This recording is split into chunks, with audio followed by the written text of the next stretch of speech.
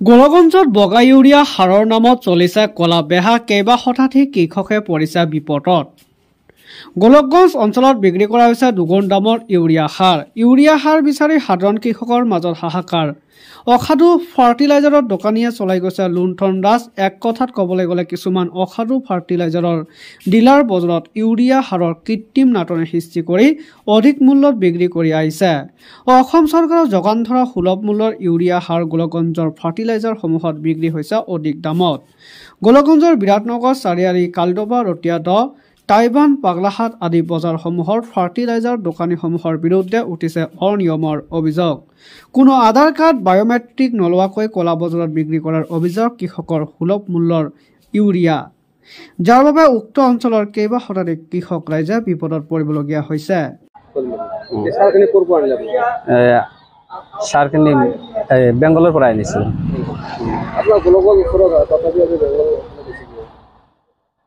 এইটো দাম একটু কম পড়ে, এখানে আনিছো আর কি। দেখে আমি খেতিয়ক হয়, যে দাম একটু কম পড়বে মই তারপরে আনিম আর কি জিনিস। আসলে তো গোলগঞ্জের দাম কি বেশি নাকি? যা তো বেশি কম তো জিজ্ঞাসা করা নাই। এনে শুনেছো 600 টাকা করে লয়। কোন কোন দোকানে গেছিল? হ্যাঁ, কোন কোন দোকানে গেছিল? দোকানে তো মই নাম না জানো না। আপনি এটা করব আনিলে কলু বেঙ্গলৰ পৰা আনিছো। কিমান দাম লৈছে? তাতে লৈছে 430 টাকা লৈছে বস্তা। ইউরিয়া বা ভিটামিন এটা আসি কি দেখলেন? এটা আসি দেখলাম মানে দোকানে বন্ধ, সার নাই বলি কয়।